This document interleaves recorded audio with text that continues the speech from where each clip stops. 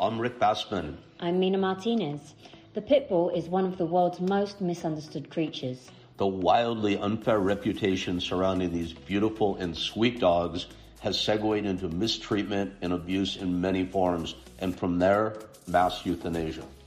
Pit bull type dogs make up only 15% of the canine population, yet 40% of the 2 million dogs killed each year in the US shelters are bully breeds. We're here to change that. It's the lucky few pit bulls who find great, loving, forever homes. But even many of these few first have to travel a path where they're abused, made to fight, banned from entire cities, and abandoned.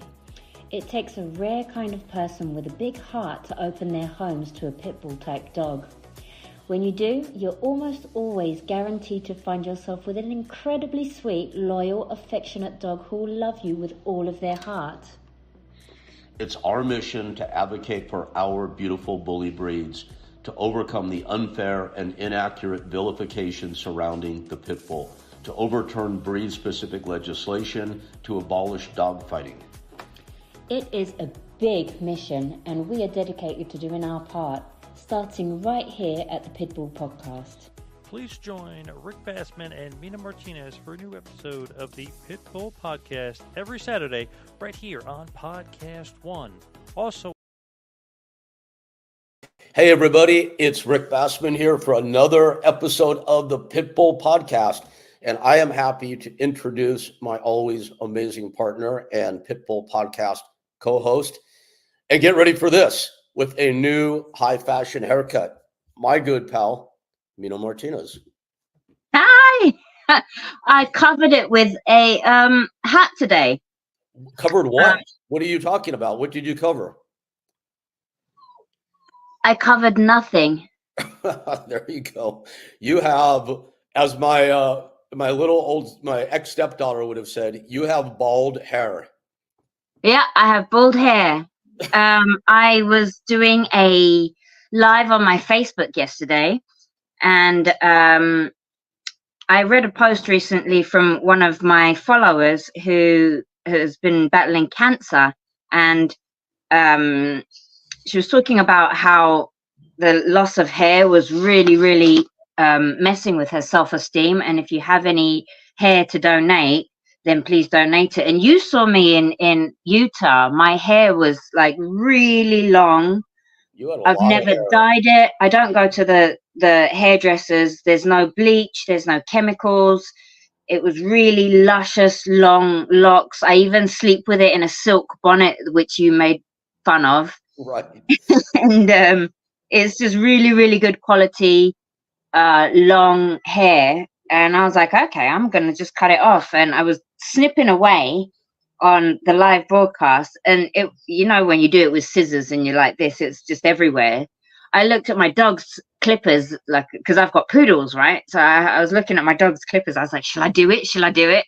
And everyone was commenting, no. Never tell me not to do something, because I'll do it. Yes, I know. I'll do the exact opposite. So yeah, I shaved my head on a live, and now it's getting cold in Japan, so I have to cover it up. Mina, trust me, I know. I have beanies in every color. I know. Well, you've crossed into new frontiers now. I only wish I was there with you so I could take my razor out, you know, the hand razor, and then finish what you started. But I kind of wanted to do that, but I'm scared to cut my head. You get used to it. Little blood on I'm the head. okay with pit bull bites, but like You're a tough scalpel girl. to the head, You no. little blood on your head. I think you'll be fine. In any case. All right. What does all this have to do with pit bulls? Nothing, but it's fun to talk about anyways. It's good. Raising awareness.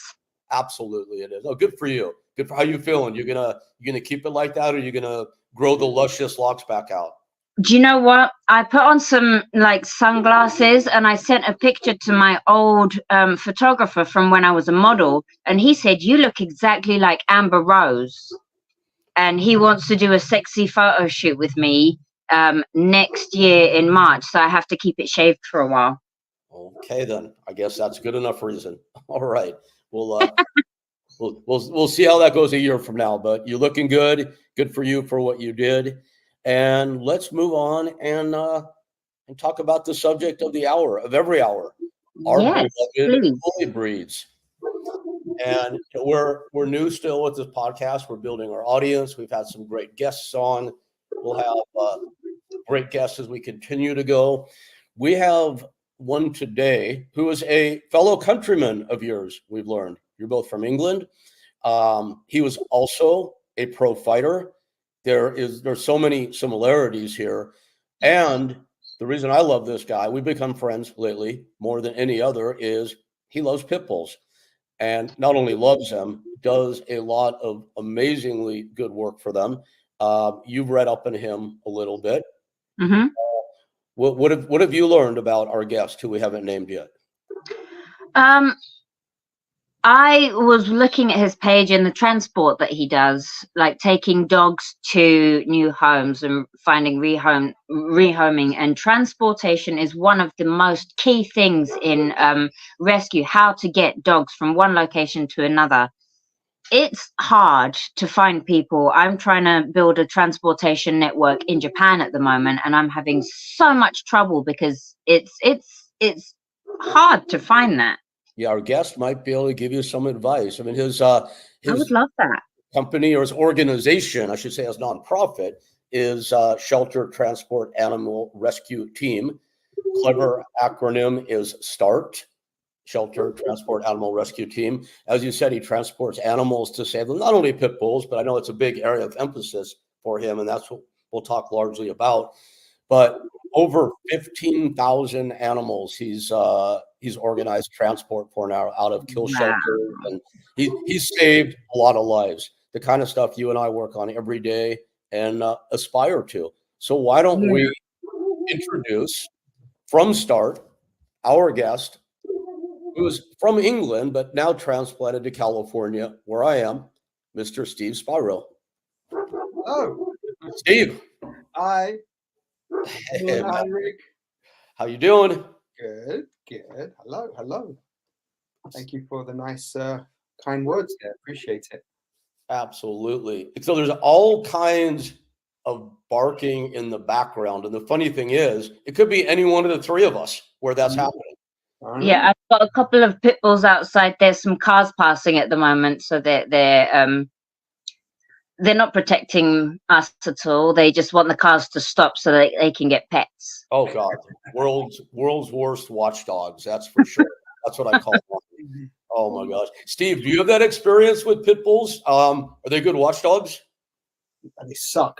Like I got 3 at home. Well, two are pit mixes, and the 2 I have are deaf. So you could break in here, take what you want, and they wouldn't even know. They wouldn't even wake up.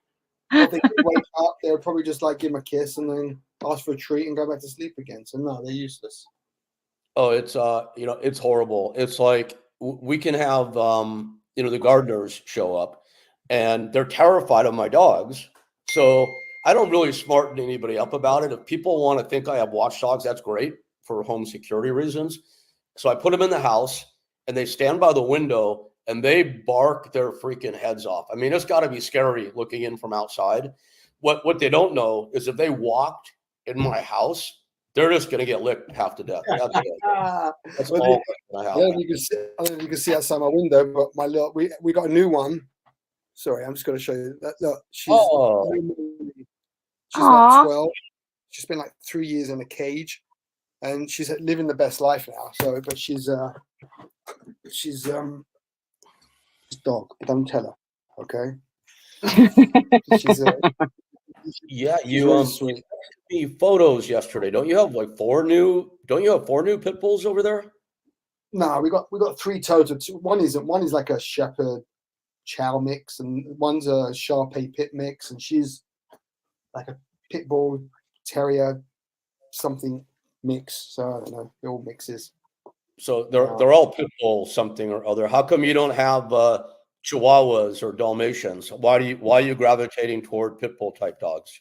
I like big dogs. I like rolling around with them, and just I like them. And also, we always take the dogs no one wants. So we usually get the brindles or the black dogs or the black and white dogs, or dogs that just have 3 legs, or usually the dogs people don't want we'll take here.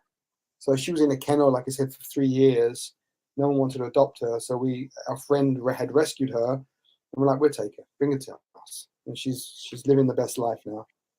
So she loves it. But yeah, I love the breed. So you like big dogs, you said. So that you could also have gotten Old English sheepdogs, or you could have gotten Great Danes. And I'm trying to back you into a corner here, because I know where you're going. I know where you're going. I'm making it difficult. Keep going. They're all pits. I see that they're all pits. I mean, is there a particular reason for that? Yes, there is, because they are the sweetest dogs on the planet. I like that answer. And my famous quote, which I don't think I made up, but I heard it, and I like to claim it, is "Don't blame the wrong end of the leash." Fair enough. That should be. I think I have that book actually. It's a book. Okay, so I didn't make that up then. So I just been saying it for years. I don't know if maybe someone copied it from me and used it. I don't know. But I always tell people, don't blame the wrong end of the leash. Yeah. I was going to say that should be a T-shirt. Mina, I have to ask Steve. So Mina and I have this little gimmick that we're trying for the podcast, where we're supposed to be wearing different like Pitbull type T-shirts every week. So I don't know if you saw my new shirt. Did you guys see it? I don't even know what it says. I'm looking at it in the camera now. Save a Pitbull, euthanize a dog fighter. Oh, I love that. Yes. I like it. I was actually going to buy a T-shirt that said "We are their voices" or something like that, but I have to wait till my money comes in next month until I can get it. Oh no, I am not in the gang now. Not all heroes. Mina, what does it say? Not all heroes wear capes. Like it. So you and Mina have like softer themes in mind. I'm just talking about murdering people. But hey, Greg, I got to stop you there. Me and Mina from the East End, we have potty mouths. Just so you know. Yeah. Yeah, you do. You know, in England, when you call your friends in America, it's a very bad word, the C word for lady parts. That's just what you call friends, right?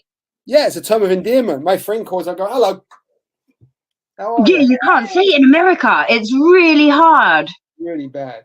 Yeah. Oh, and guys, it confuses the hell out of us. I have to tell you that. It's like last year I was talking to a good friend of mine and we were kind of goofing around on the phone. She's one of the gladiators in England, like England gladiators. And we always talk about fighting because she's a trained fighter. And we're goofing around because she's a woman and I'm a guy.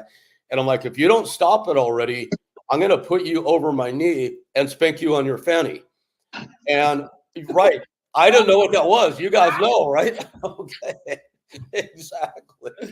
So she educated me. Don't call that a fanny. Yeah. For those out there who are utterly confused right now, just put it this way. I was talking about the other side of the girl, and I didn't realize that. Just Google it. Right. Anyway, Mina, did you get the Pitbull T-shirts I sent you? I thought I sent. Not yet. No. I got to check. Still waiting on those. Weird. Steve, do you have Start T-shirts? Yes, I can send you. Actually, okay. So this is Hero, the dog we rescued. He had cancer. Okay. Not all heroes wear capes, and his name was Hero. And can I tell you the story of Hero quickly? Yes. So Hero came into the Riverside shelter, I think 2016 or 2017, and he had been emaciated. Someone left him to starve to death, and he had literally the shelter manager, the director, whose name was Robert Miller. He ran the Riverside 4 shelters out in Riverside. One of the greatest human beings on the face of the planet. He cared so much about the dogs at the shelters, and he said, "Hey, we've got a dog here. It's on its last day. The vet wants to euthanize it. It's got cancer everywhere. Can you just take it and give it a day of love? Because this dog's had nothing in its life and it's so sad." Well, we took it and it had 52 days. And it was so happy. And people from all over the country sent tennis balls. He had hundreds of tennis balls and he was so happy. And then he passed away after 52 days. So we wrote a book called 52 Days with Hero. It's a book about him. And we made these T-shirts and had so many supporters. So we made T-shirts. So I can send you guys. I think we still have them. I don't know if we still have them in stock because now they do stuff online, so you have to order it online. But if I have these, I can send you guys if we have any left in stock. Do they stop I would making? love that. Otherwise, I can send you his book if you want. I think I gave you his book, Rick. I have the book. It's awesome. Yeah. And then if you send the shirt to Mina in Japan, she'll wear it on our next episode, right? Yeah, I'll send you. If it comes by Saturday. Oh, well, the one episode after that, then. What size are you, Mina? Small, medium? I wear oversized clothes all the time. All right, I see what I got. I'm not sure. I think we may have some in our garage here because they cleared out our storage, so we put everything here. So let me see. I'll get your address and from Rick or something, and I'll send it to you. If it's a small size, I'll cut the collar off because I don't like clothes being too restrictive. And if it's too small, I can cut it so it fits. Well, I'll send you a couple of different sizes we have and see what you want, whatever you want. Okay. Great. All right. I'll let you know if we have them, if we even have them. Otherwise, maybe we have a men's one. I'll send you a men's one because that'd be bigger then. Oh no, I wear men's clothes all the time. So let's do this. Let's back into what Start does. Would people be able to find Start? Would they be able to find these amazing T-shirts that you and Mina are going on and on and on about? Sorry. How was that for an interruption? Would they be able to find these on your Start website? Yes. Where is your website address, Steve? Start, START, rescue.org. Excellent. Why did you start? Will you tell us a bit about this, please? What's the origin story there? So my wife and I were doing individual rescue, and we were spending a fortune, and we got friendly with a guy called Adam Tarshish, who's one of the greatest men on the planet.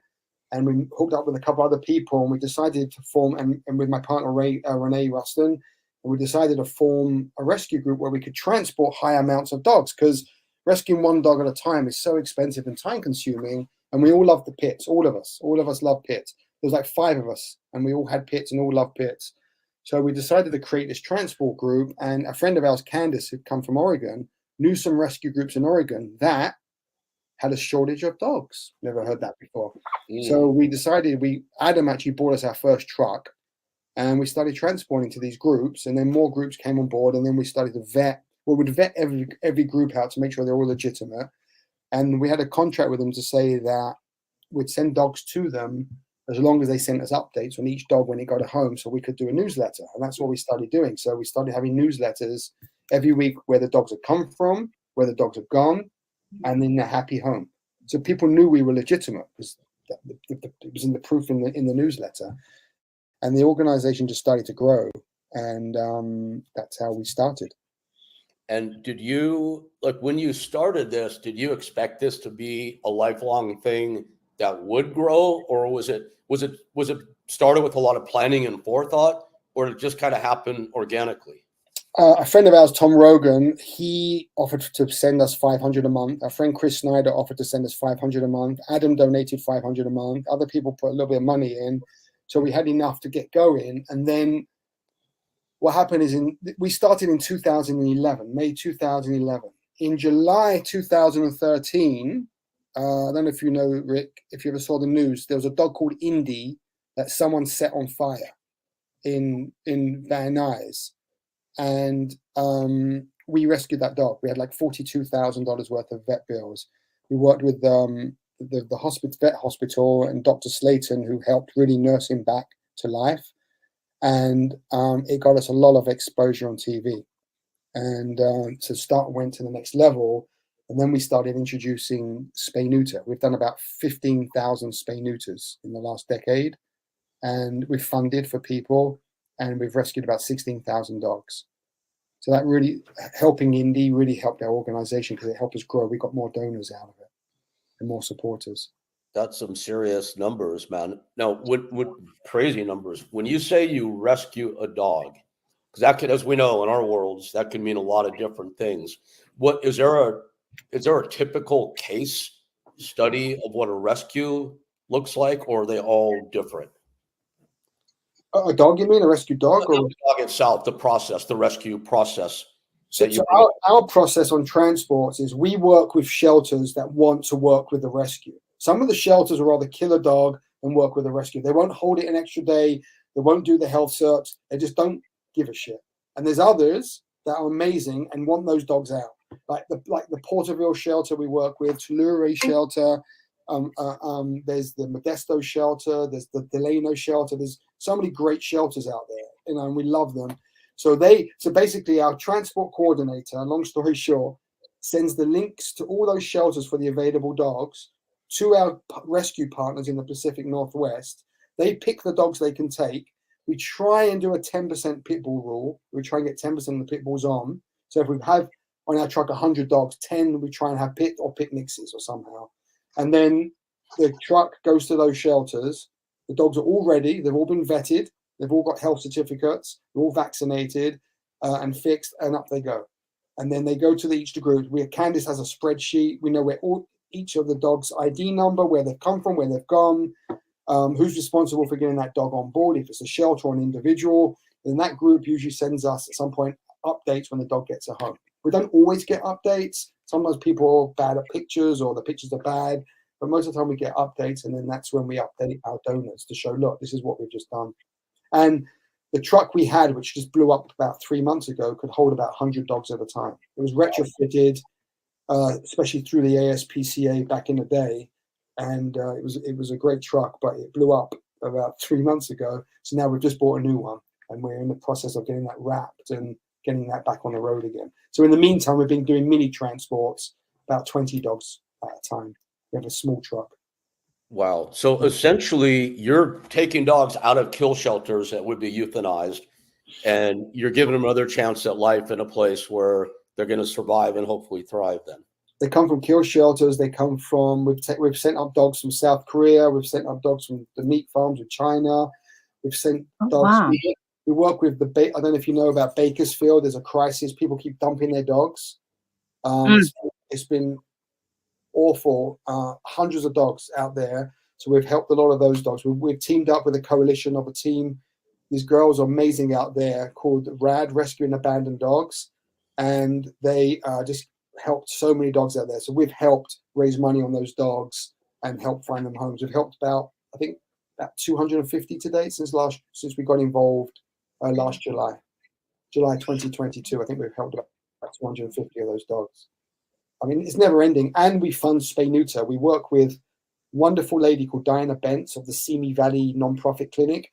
She has a nonprofit clinic in Simi Valley, in Porterville, in Palmdale, and we're now teaming up to open something in Bakersfield because it's so bad out there. Last year alone, she fixed 22,000 dogs and cats in 1 year. That's all she does is spay neuter. That's really good. In Japan, we've got this. I'm sorry to cut you off, but I'm just thinking of all different kinds of ideas as well of how we can bring better rescue services for animals to Japan as well. But there's this one guy who has a mobile clinic who, if you have more than 15 cats or dogs, he'll drive to your house. All he needs is a power outlet, and then he'll just snip them all for you. And he just does one after another. You just have to have at least 15 animals at one time. And at kitten season, it's just crazy. And it's really, really cheap as well. So I think something like that might be really good as well. If you're doing transport and you've got vans and you've got vets. That was just an idea, sorry. Yeah, no, but it's hard to get here. It's really hard to get the vets.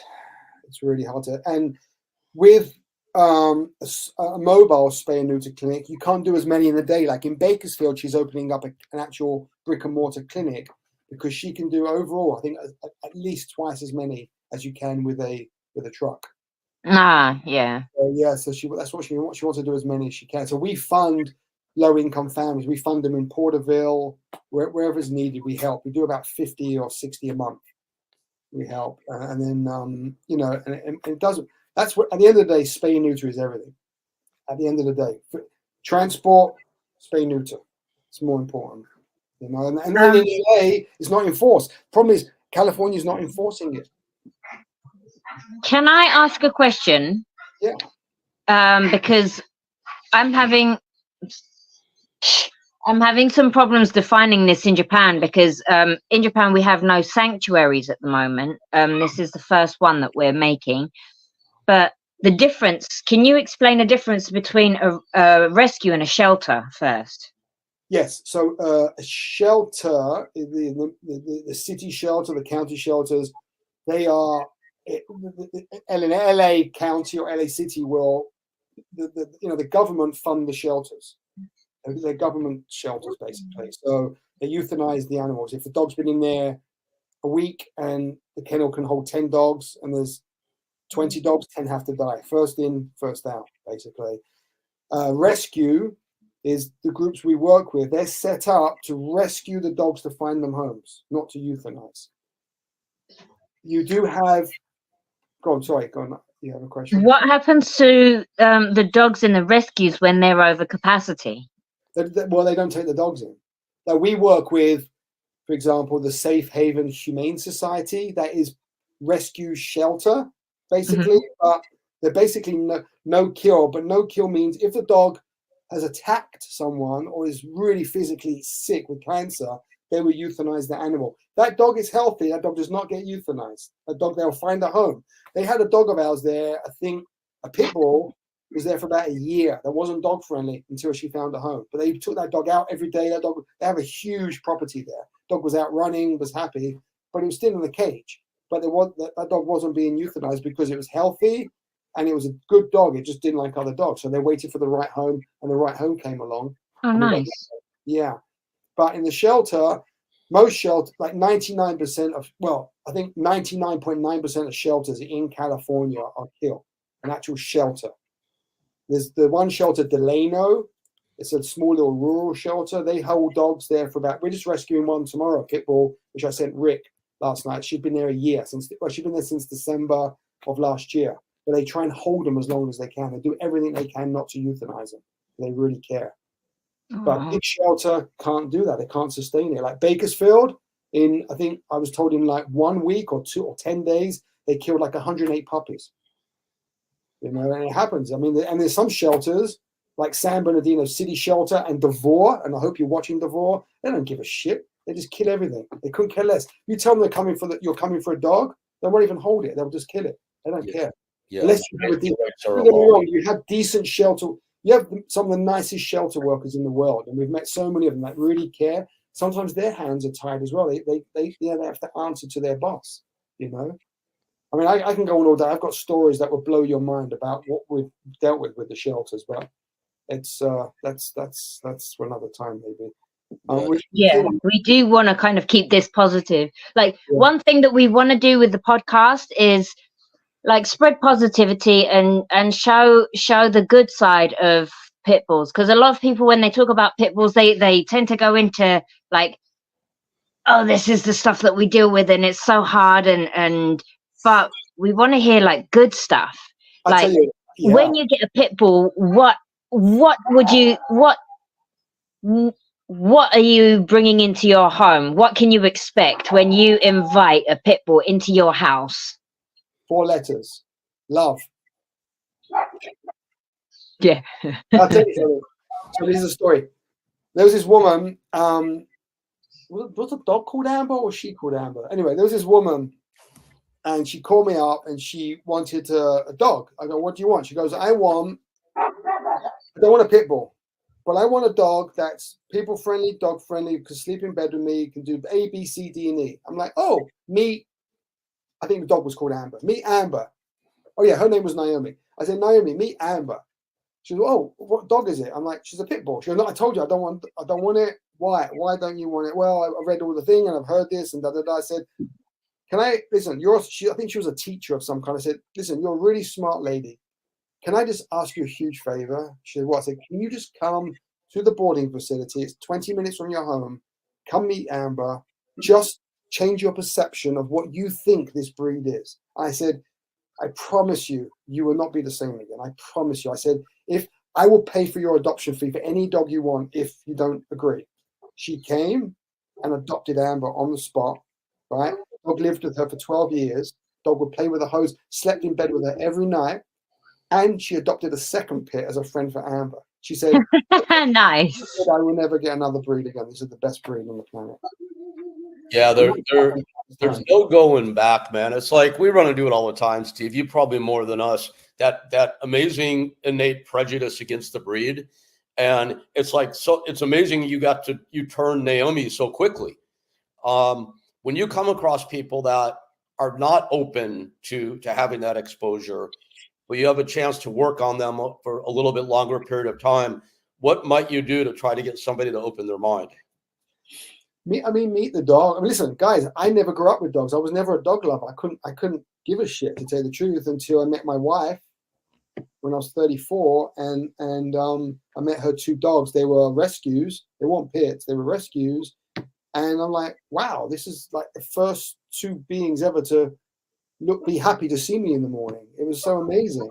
And the first 2 dogs we ever rescued from the South Central shelter were 2 pit bulls that didn't know each other, and we were so ignorant to rescue. We stuck them in the car together, and they were like kissing and playing. I'm like, Wow. really cool beings, you know? These are amazing little creatures. And that's what started. I'm like, I love this breed. They were so sweet, and they gave the kisses. They were so grateful. They were so grateful. That's great. We had last episode we had Cody and Jill Rackley on from Shadows Fund. They have a sanctuary up in Lompoc. They've got about 40 dogs at any given time. Most are pits, and they told us a similar story. I think, Mina, what did they say? They got 5 dogs all at the same time, and they were all pit bulls, and just They know they got 13. 13. You're right, all at the same time. That's amazing. Yeah, they had no idea that they were gonna, like, they went to a shelter and they said, "What are these dogs?" They had a big X on the kennels, and they're like, "Oh, they're gonna be killed," and they're going to be killed tomorrow. They were all pit bulls.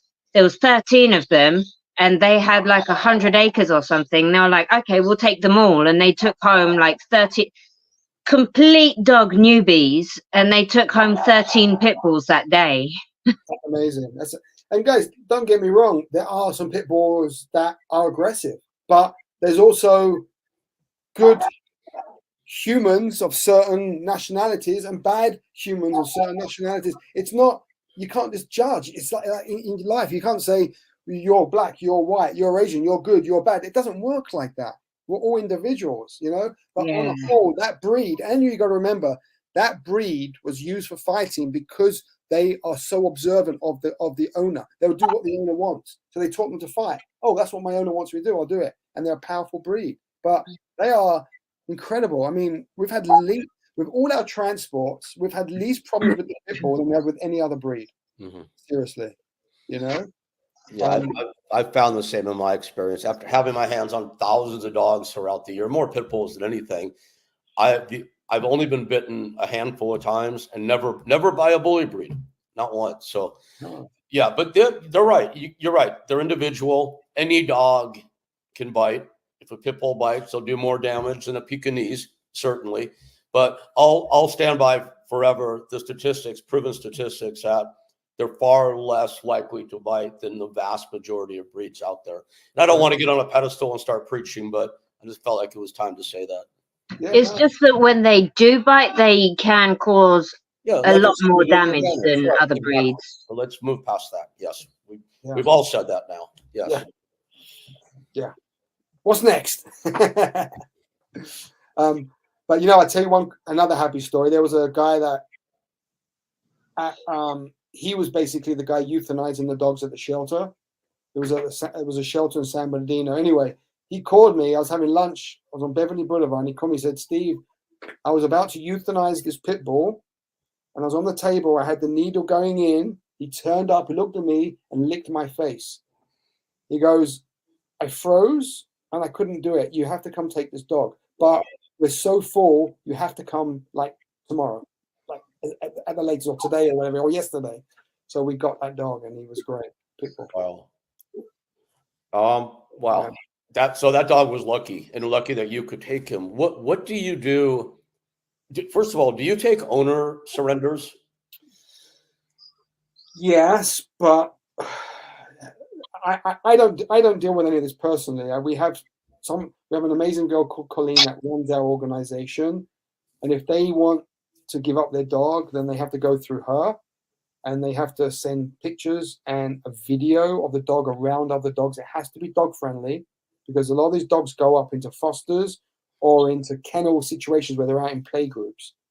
So if they send us all the information in one email, Colleen then sends that onto our groups and says, hey, can anyone take Fluffy, who's 100 pounds and great with dogs? And someone may go, yeah, we'll take him on the next transport, or we can take him in 2 months.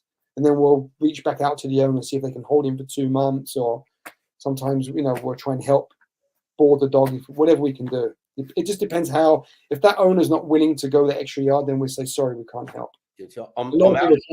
This is for you and Mina both. It's like you guys are way more active day to day with the sheer amount of animals you have your hands on than I do, way more.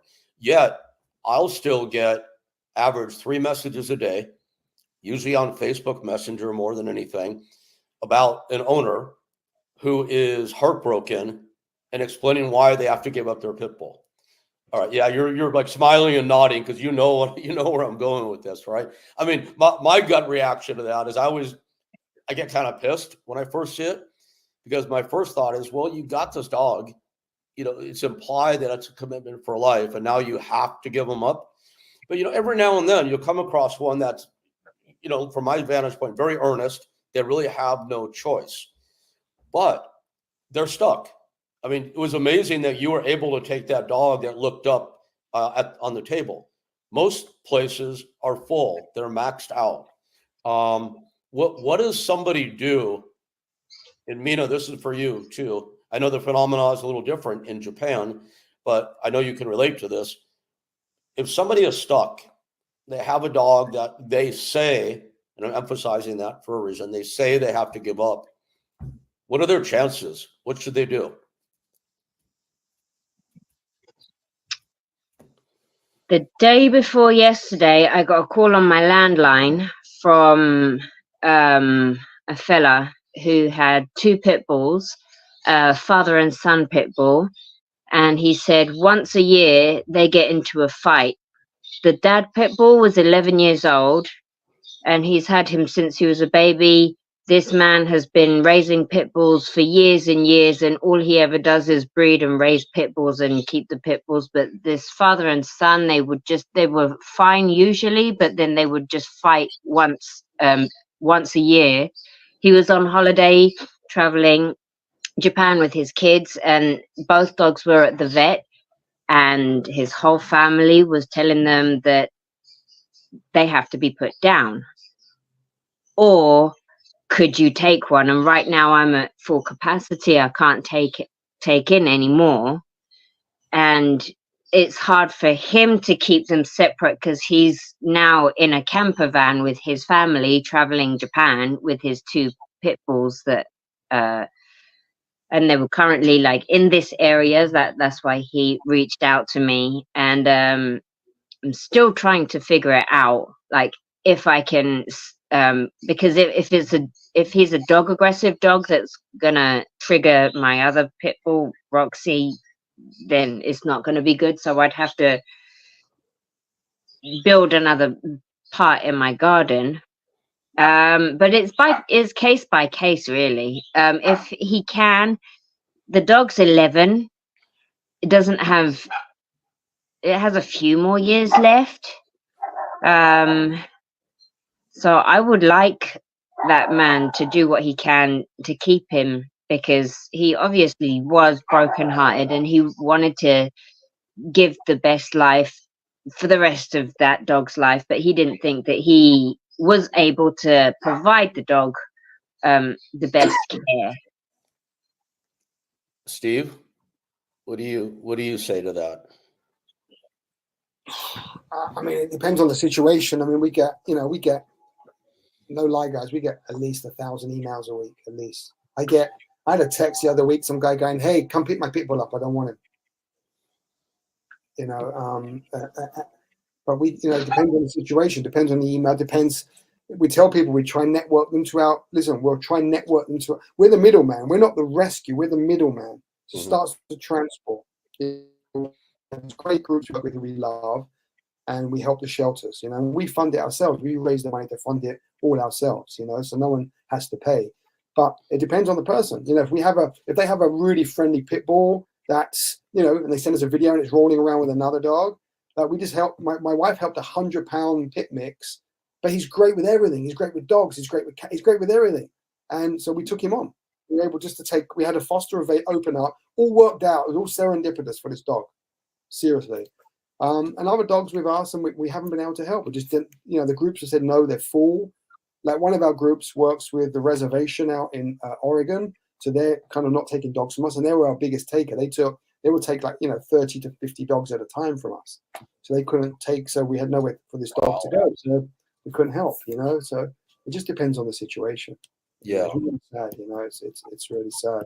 But you know, that's the thing is, guys, I got to tell you, I delete 99% of all my emails now. I can't. If I look at every email and see the face of a dog at the shelter, it doesn't help.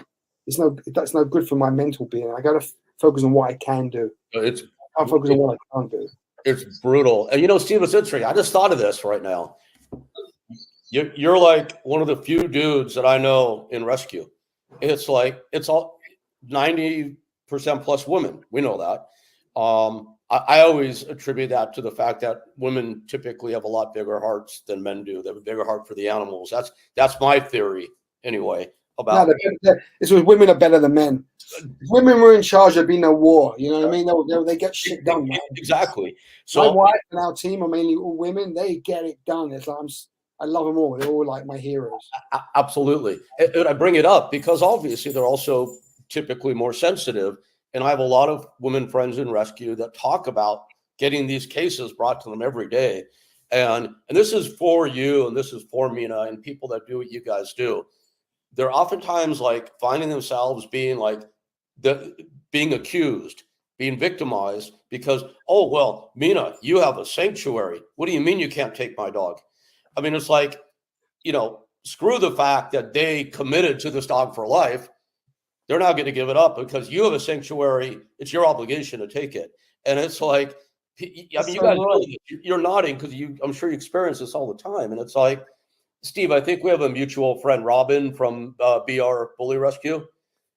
She's out here in Van Nuys. She knows you in any case.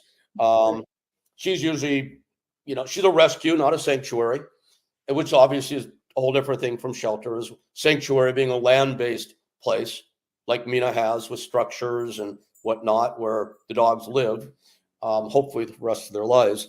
But I find people getting attacked all the time, even me. And I don't even pretend to be a rescue. What do you mean you can't take my dog? And it's like, I feel like part of our task should be to educate the world. Like if you get a dog, especially a pit bull, who's got 10 times greater chances of being put down in a shelter than any other breed, you need to do everything you can to provide for this dog for life, period. Yeah. Quit trying to dump them on Steve and Mina because it's bullshit. Well, if you are not getting attacked by someone, then you're not doing something right. Yeah. You know, like the other day I got an email. We did a mini transport. I think we sent up 25 dogs, 23 dogs and 2 cats. Yeah. We put as many as we could in that safely. That could be transported safely. I get an email. You need to rescue more cats. Now this is, you can never win. You know, it's like our fault. It's not our fault. These animals are in that situation in the first place. Yeah, I mean, clearly it's your fault. Absolutely. And when we started transports, we had an email from some angry person going, "You're transporting out of state. How do you know where these dogs are going? How do you know where they're ending up? I'm really worried." I'm like, okay, I'm tell you what I'm going to do. I want you to go up on our transport. Okay, you can follow in a car. We will pay for your gas and your hotel. You follow the transport. You go to the rescue groups. You can see. I said, I can give you all their addresses and phone numbers. I'll give you who's in charge. You check them out and you let me know. If there's a problem with any of them, if you don't think any of them are good, please report back to me and let me know. And we'll deal with it. Because we want to make sure this is good. Well, I don't have time for that. Delete. I was hoping you're to tell me that he took you up on his offer and you put him up in a really shitty Super 8. With bed bugs. Because that's what he would deserve. Yeah. Listen, this is not. I don't get paid for this. It's not. Most of the people that are working with start. We have one paid full-time employee. Most of like my wife who does our adoptions, she puts so many hours in. I mean, it's crazy because we love the animals. We hate to see them suffer. It's not our fault. We're just trying to help. That's it. And if people go, if people want to say bad things about us, say it. What's the worst is going to happen? This is the worst that's going to happen. We'll go out of business. I get my life back. It's brilliant. It's a win-win. I get to go to the movies. I get to read a book finally, which I haven't had a chance to because the phone's always ringing. So yeah, it's. But everyone, like the rescuer. On a positive note, the rescuers are my heroes. Yeah, you get a few crazy ones, but on the whole, you got wonderful people doing wonderful things. Yep. The shelters, you got wonderful people. Like there's a woman at East Valley called Veronica Perry. She's God. She's amazing. She's helped. She's done so much for the animals, And these people sometimes call up and scream with them or rude to them. No, these people are wonderful. They're doing their best. They love animals, and you get the bad ones as well. But on the whole, people in rescue are good. Absolutely. And we're trying to make the world a better place. Absolutely. So that's my theory on it. Maybe a little crazy sometimes, but you gotta. Crazy, but that's another story. But you gotta love them anyway. Steve, we should have a side bet offline, the over under, and how long it takes for Mina to go crazy. What do you think? Oh no, I'm gone. I'm already past that. You're there. Damn. All right. Sorry. No, Mina's from the East End. If you're from the East End, you don't crack. The East End people suffered the bombing of World War II. It's innate in us. We're strong. We go through it. She's never gonna crack. She's in this for life. All right. So Steve, on that note, so Mina is outside of Tokyo, as you know, and she founded and operates legitimately the first sanctuary for animals in the entire freaking country of Japan. She's been at it for a few years now. She's now really taking big steps to elevate her game, part and parcel, which is obtaining her nonprofit status in the U.S. and all sorts of other moves. Without knowing any more detail than that, for all the years you've been in this, what advice would you give to Mina? Get out. Oi! All right. Now you can go do your nails, Mina. Finally. After all these years. I hate doing nails. Right. Seriously, I mean, I don't need to tell you. I mean, you're doing it. But it's funny you say that because there's so many people that ask me. They come to me and they say, "I want to start a sanctuary. I want to start a show. I want to do what you do. How do I do it? How do I start?" And I said, "Don't."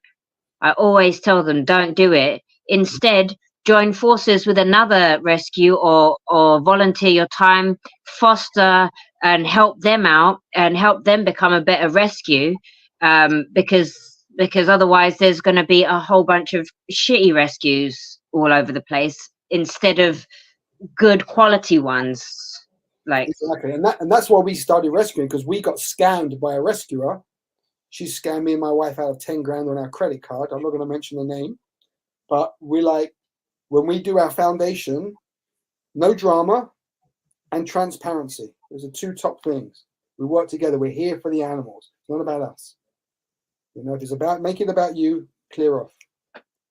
That's great. And Mina, I think that was really good advice you just gave to people that say they want to start a sanctuary. I hear it all the time also. If I won the lottery, I'd start a pit bull rescue. And, the obvious answer would be, you two have already said it. I would echo it. I'd be like, don't. Be careful what you wish for. That said, the people that are in it that have dedicated their lives to it, like you two, I can't imagine you two, as hard as it is, as hard as it is, as hard as you're genuinely telling people it is, I can't ever imagine you two being out of it. You're dedicated to the cause. And to me, that's so admirable. The advice you gave is join forces with somebody who's already doing it. That's the way to learn how to do it right, and sometimes what not to do. We all know cases like that. And Steve, as you said, won't name names, to learn what to do. And then that way you could decide if you really want to do open your own place. exactly. This is a good time to promote both of you, I think. Anybody out there who wants to be in this world, check out what Steve is doing. Check out what Mina is doing. Mina's at Animal Sanctuary, ANIMO Sanctuary.com right there. And Steve, give us your URL again, please, if you don't mind. Startrescue.org. Startrescue.org. I would invite and encourage everybody to log on to startrescue.org and animalsanctuary.com and see how you can support them. Can I say something? Two things. One is you're so right, Mina. When people say, "What should I do? I want to start a rescue," I'm like, "Don't do it." And when they go, "But I really want to do it," I'm like, "Well, just be prepared." And they still want to do it, then I'll talk to them more, because it's, I try and put them off because it's really hard work. But the bottom line for us is I'm pretty. When I arranged our first transport for Start, I almost got all the dogs killed. I didn't know what the hell I was doing. I still don't know what I'm doing, but I got really lucky. I got people around me that all have their superpower skills. They all have their superpowers. Our friend Candice and Colleen are great at organizing transport. I look at a spreadsheet, it looks like it's just, it's double Dutch to me. Yeah, that's me. That's exactly me. And we have, like, my wife does the adoptions. If I talk to someone for more than 2 minutes, I just want to call them the C word and hang up. I'm sorry, it's just I can't take. It's too many questions in my head. I'm too ADD for it. So my tiny little superpowers, because I'm honest and transparent, and I've lost donors because of it, because I've been too honest and too transparent. Then I'm really good at raising funds. But I've built up a base over the years of people, and they trust us, and I never want to abuse that trust of them. But that's my superpower. And along with all the people that we've worked with, we've just formed this group. And that's, if someone wants to start something, you will. This famous, build it and they will come. It really is true.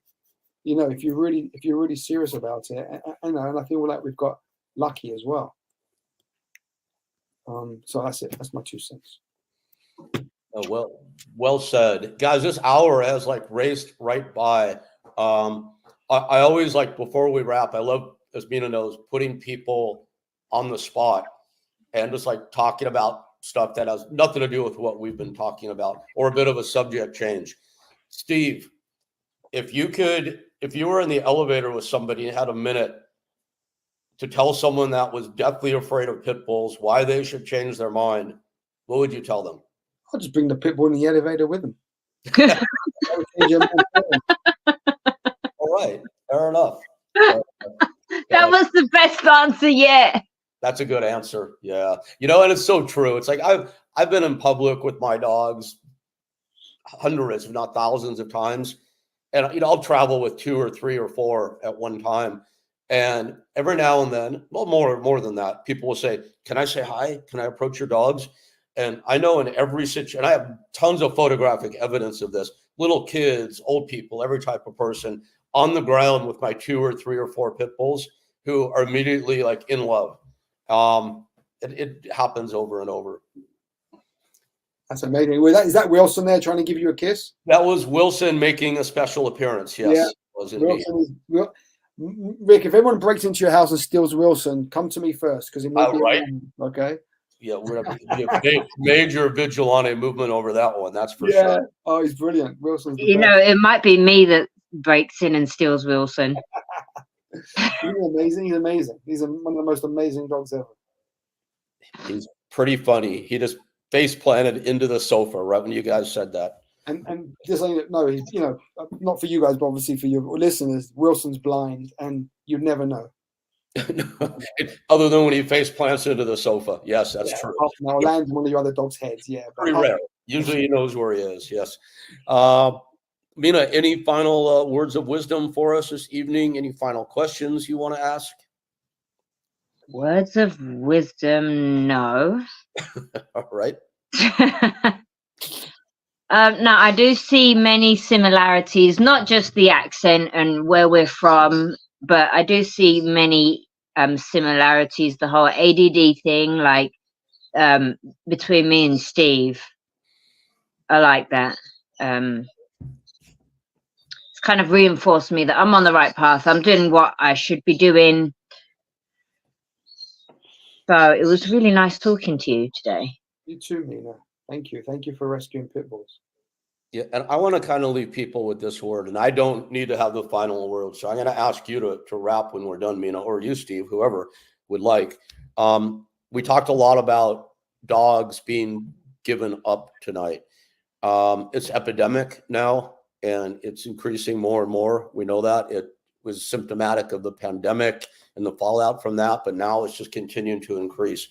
I want to encourage, first of all, anybody out there who's going to get a dog or thinking about it, before you do, make sure that you're prepared to, things happen, life changes, I understand that, but be prepared to keep that dog for life. Do everything that you can.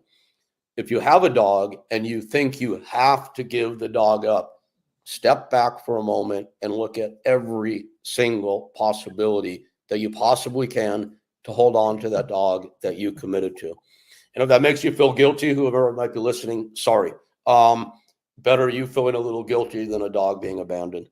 That's the word I wanted to leave at the end here.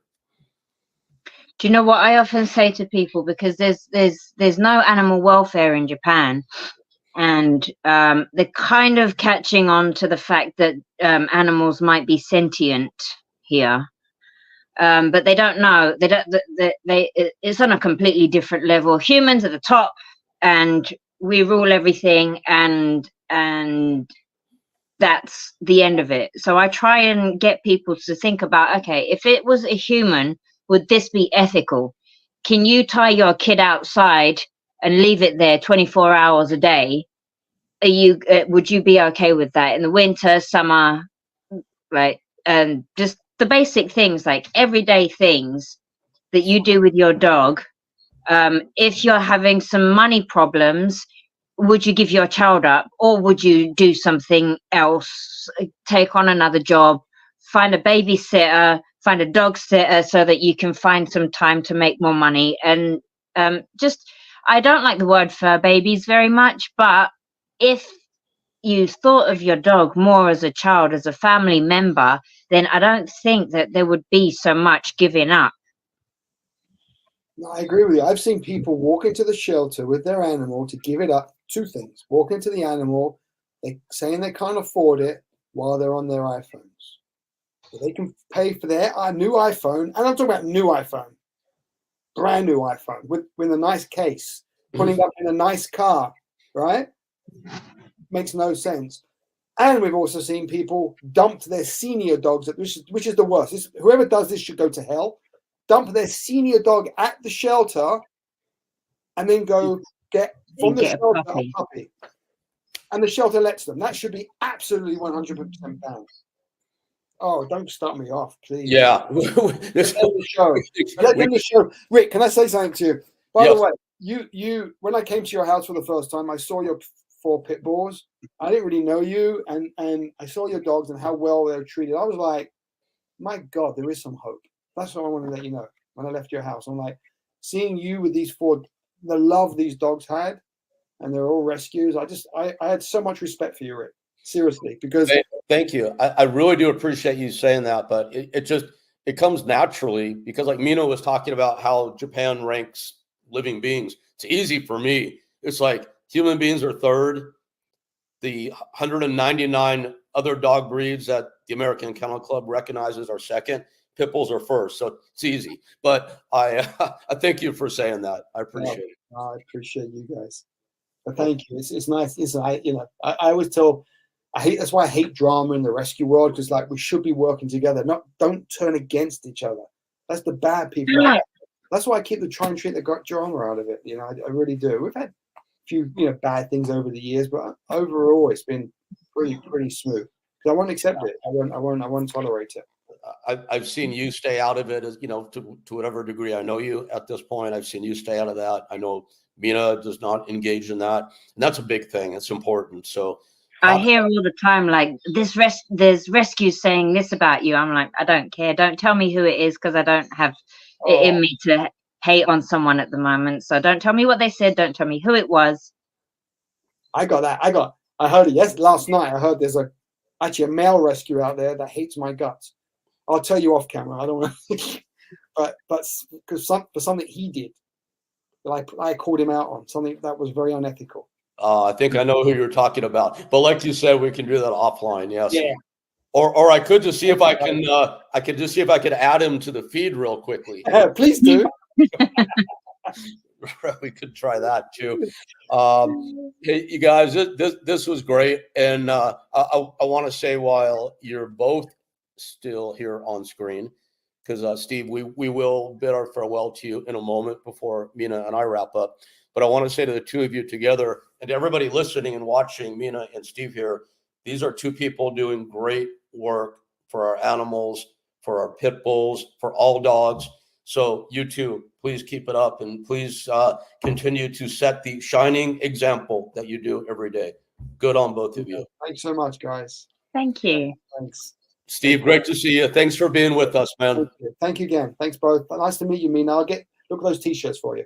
Yeah, and I also want to be in touch with you personally as well. So I'm going to get your contact info from Rick. Sounds good. All right. Take care, guys. Thank you so much for having me on. Steve. Take Bye. care. Bye-bye. Bye. And that was Steve Spiro from Start. What a lovely chap. Yeah, he's a good dude. And that's startrescue.org for those of you who would like to learn more about check it out. doing. And you could support his mission online, because God knows that he and his wife and the rest of their team deserve your support. Definitely do. Oh, look what we can do now. We can have two bald hosts. Oh my gosh. Wow. Now, last year, 2 years ago at this time, I was doing Talking Tough with Butterbean and Boss Rutan. So we were a trio of ugly old bald guys. But I can't put you in that category. So maybe we're onto something new here. Okay. Yeah, this is good. Well, Mina, that was cool. Good stuff. It was really nice talking to him. I felt like I learned a lot. Every time we speak to someone, I see more possibilities. My mind opens up to different things. So doing this has really, really, really been good for me, and I'm excited for next episodes. We're gonna get into it more with a lot of different people. I'm so excited to be doing this. Yeah, I'm super glad we're doing this together. It's great. It's great having you on. I'll bet Steve learns from you as well, just like all of our guests do. And we'll all continue to learn. We'll attack is the wrong word. We'll approach this from all sorts of different ways. I think we'll have Shorty on soon, the host of Pit Boss, and then we'll have Bronwyn Dickey, who wrote the seminal book Pitbull, and I love that book. We'll have Darcy Dennett is coming up soon, the director of the amazing documentary Champions. So we are going to have the who's who of the Pitbull world on here, and we'll continue to learn about and advocate for these amazing dogs that we love so much. Great, let's do it. All right, my dear friend, you have good evening. You have a good morning there in Japan. Yep. And I will do, and you have a good evening with your babies. Keep warm now, yeah? Yep, I will do. I have to put my little hat back on, maybe a scarf on underneath it, because it's getting a bit itchy. Wait till winter comes, when your head really gets cold. You ain't seen nothing yet. I know, right? What timing to do this. Great to see you, and until the next episode. Yes, see you very soon. So long. Bye, Rick.